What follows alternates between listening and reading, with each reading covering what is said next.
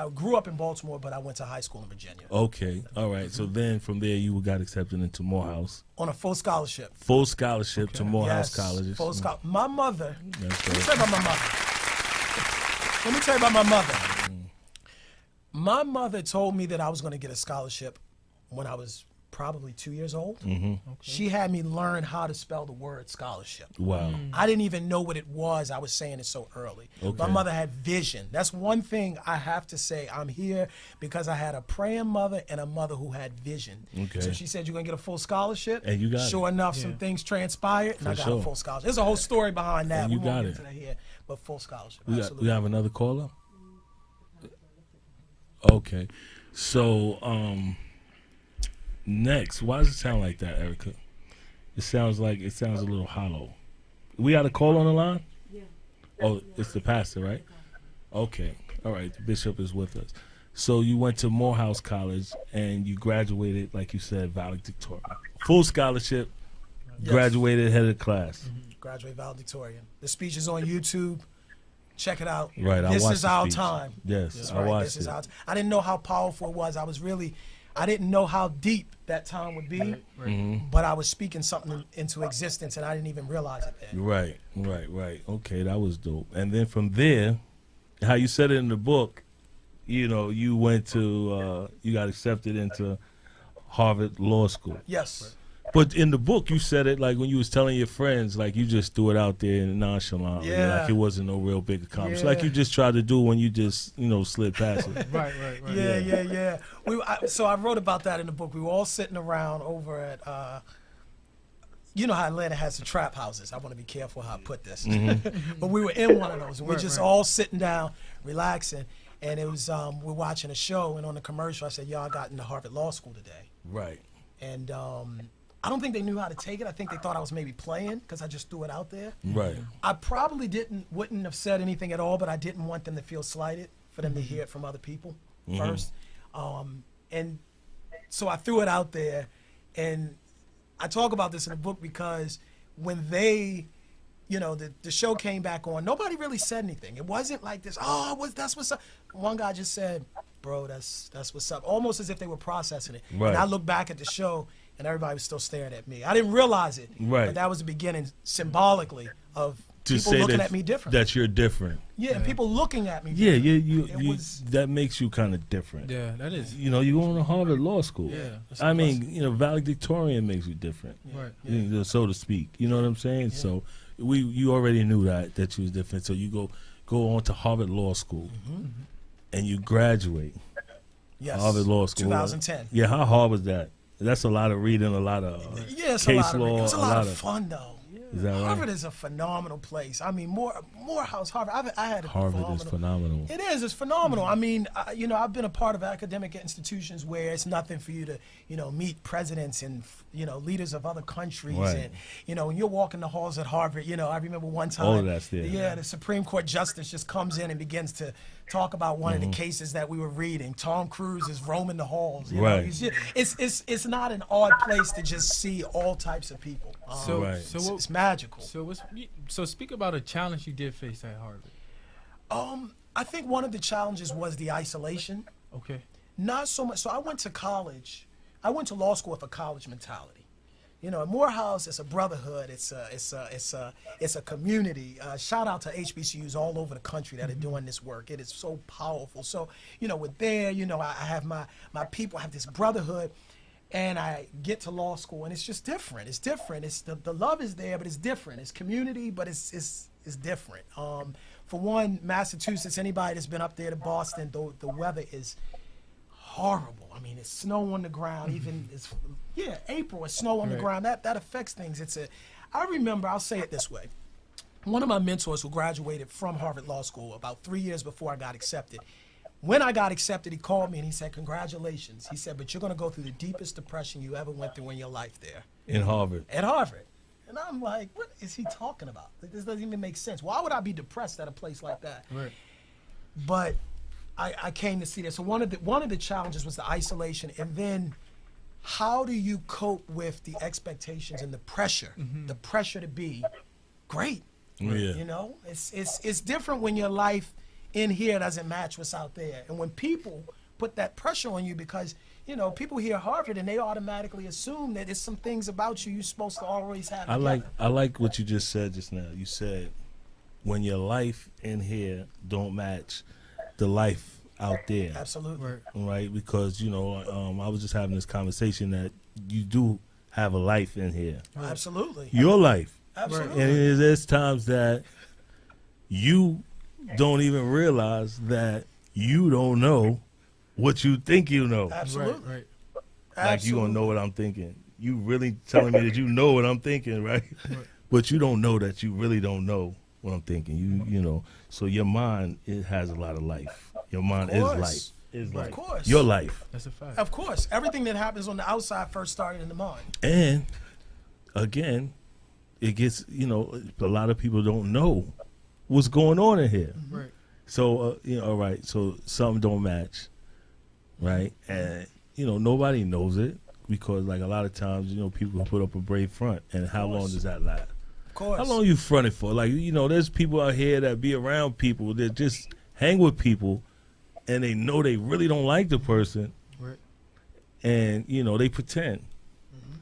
So, I mean, how much would you pretend to protect your image? Right. So to speak.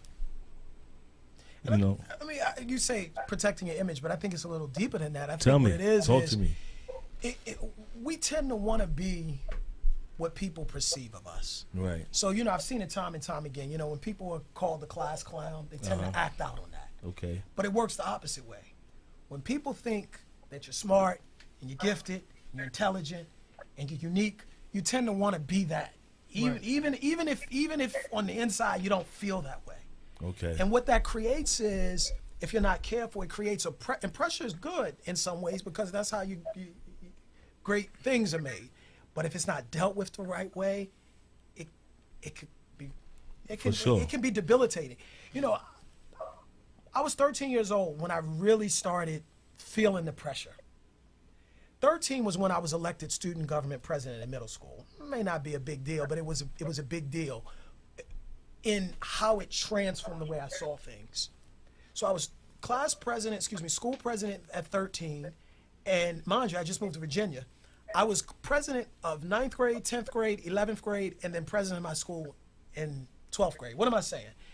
All of those years, people expected me to be a role model. Anybody that's gone to school with me will tell you that I was in a leadership position. For better or for worse, I was in a leadership position. So I remember there would be times where I would do things that the next person would do, and I would get scolded harder for it. Now, mind you, I was favored a lot, but I also would get scolded more. I was scrutinized more. And I remember one particular time, I did the same thing somebody else did, and he began to scold me. I'm like, but wait a minute, we doing the same thing. He said, but you're supposed to be a role model. Right. Yeah. And so I carried that. I'm proud to be set apart, but I carried that pressure, you know? Yeah, Biggie said it. Well, it was just, Biggie said, no, more money, more problems, and more responsibility. You have a lot of responsibility at a very young age. But too much is given, much is required, and I recognize that. All right. And, you was doing a lot. You was doing, from a very young age, you started, you had a goal, I guess. Did you have a goal, or were you just... Were you just motivated to, were you just, reason why, I'll come back to that question. All right, so you graduated from Harvard Law School. 2010. 2010. 9 years ago. Yeah, that definitely deserves a round of applause. Young black man. How old were you? I was 24. He was 24 years old when he graduated Harvard. How old were you when you graduated Morehouse? Epic. 21. He was 21 when he graduated from Morehouse, valedictorian. That deserves a round of applause, And let me throw out there, I graduated as class marshal. What does that mean? That means I was elected by my class to represent the class. It was four of us. Dope. So they don't have student governments at Harvard Law School. They have 4 class marshals who oversee everything. Right. And they elected you. I was elected class marshal. That's even more dope. That means that they accepted you as well. They seen the light. They seen the light in you as well. Yeah. All right. So then you went on to take the bar examination. The first time. The first time. Yeah, the first time I took it, I failed it. Hey, Hey, don't Yes. make you a loser. Oh, definitely not. All right, you failed. Come back it. swinging. That's Come on right. now, Dice. Yeah, come back swinging. So you failed it the first time, Yes. and how did you feel? Well, I felt horrible, but I failed it because I wasn't focused. I didn't go to one bar class. A lot of people don't know this unless you've probably gone to law school or know somebody. In law school, when you finish law school, you have to then take bar classes because law school teaches you how to think about the law. It doesn't necessarily teach you the law. It's Right. 50 sets of laws, 50 states. There's no way they could teach all that. So once you finish law school, then they put you in bar classes to actually teach you the laws for the state that you want to practice in. Practice. And thank you for that. And I wasn't focused. I just wasn't focused. I didn't go to any of the bar classes. By this point, I knew I didn't want to work at law firms. I worked there for the summers. It wasn't for me. It's nothing Right. against corporate law. It just was not for me. I knew that I had a message to share. I wrote my first book when I was 18, so I knew that I wanted to continue on that course, uplifting people. So, And but you- I wasn't doing that at that law firm. Right. So, But you took it again, yeah, I took it again. and what happened? And I passed. There you go. And you passed it. Yeah. I don't trip over the same rock twice. Right. Right. And then things changed for you. Yeah, things change. I mean, let's get into it. Yeah, right? things got dark for you. Okay. Federal agents came and stormed my home 5 days before I took the bar exam. Right. All right, so let me start with that. 5 days before I took the bar exam, federal agents came to my home. Now, I didn't know what they were coming for, because this is how deluded I was. The question the woman asked me was, "Is that your laptop in the other room?" Right. And you didn't answer that question. Yeah. I said no. I lied about it. Of course I lied. Right. I wasn't going to tell them what I was doing. Right. It's hard to talk about. Of course it's hard to talk about. Right. So I took the bar exam. 5 days later, I passed. I was in delusion. Yeah, I was in the height of delusion. Now you gotta. It's no way to get into all this right now, because it's a story. It's a lot, and I talk about this so much more and come back swinging. But let me say this, because people first ask, well, how did you go to Harvard Law, and then you end up going to prison? Right. Nothing happens overnight. Let's start with that. This was a road that began at 5 years old. Now, I'm not going to get into all that on this show. And this is not so much easy to talk about, but I need to talk about it because somebody's caught up in the same web. For sure. At an early age, I was exposed to things that people shouldn't be exposed to. And it warped my mind of what sex, sexual relations. Well, in the book, you mentioned at the beginning of the book, your brother's homeboy, the Hispanic dude, right? Okay, yeah. Yeah, About you to put went me on Front Street. No, but you no, it's not. No, well, it's in you the- good. You good. It's in the book. It's in the book. I talk about it. I've never talked about this publicly. Go ahead though. Yeah, yo, all right. I don't want you. appreciated that. No, I Okay. appreciate it. I'm All right, with all right. Yeah. So you spoke. You you. spoke about him. Yes. and you didn't really go into great detail No. about it. No. Because I figure it's hard to write about as Yeah. well too. Because when you write a book, people that you know are gonna read it as soon as you course. tell them that you wrote a book. People that you know Of course. are gonna want to read it first, Of course. right? So, yeah, what you spoke about, him. You spoke about the guy, and how he brought you to the room, and this happens a lot to people, to young adults, young males. But you didn't mention what happened. You just said that it was the first time that you saw a man naked. No, I didn't say that. I definitely didn't say that. That's not what you said? No. I'm wrong. No. It's okay. Let me say this before I get to that. Mm-hmm. When I wrote the book, this is not a tell-all. This is not, because I don't like that this tell-all thing, because this is not about embarrassing people. This is not Absolutely about not. trying to put people out. No This is negative about behavior. no negative behavior. This is about uplifting people. So when I wrote this book and I shared my story, there are some things that I have not talked about and I probably will never speak on because it's just not forward-looking and productive. I share things that I knew would help other people who get caught up in something that's very prevalent, but people just don't want to talk about. Whether you want to call it sexual misconduct, sexual deviance, that starts at a young age. In speaking on him in particular, he was my age, so that was a whole different type situation. Right. But what I did say, and that happened, I can't remember exactly the age, but I was a teenager.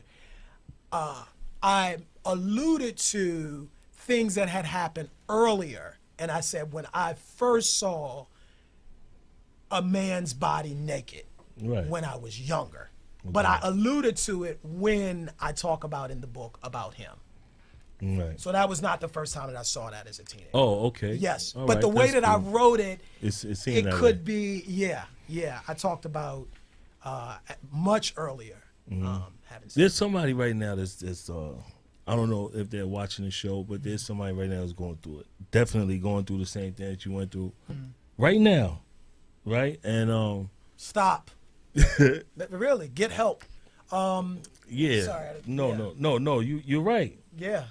You're right, but like, one of the reasons why I brought you on the show to speak about it is because you can reach someone with your story. Thank you. Your story is it may be hard for you to speak about sometimes at times, because of the probably embarrassment, but it also will help someone else if you speak about it. Absolutely. Help someone else or give them the confidence and courage to tell their story or some direction because they might not know how to deal with it. They might not know how to deal. That's why I wrote it. Because, after all, I didn't have to share the story. Right. All right. The comment is to Darrell. And I want to tell him that I read the book, read it from front to back. And I think that it was a good deed for him to write a book like that and put his life story out there. Thank you. I really believe that, a lot of us got dark secrets.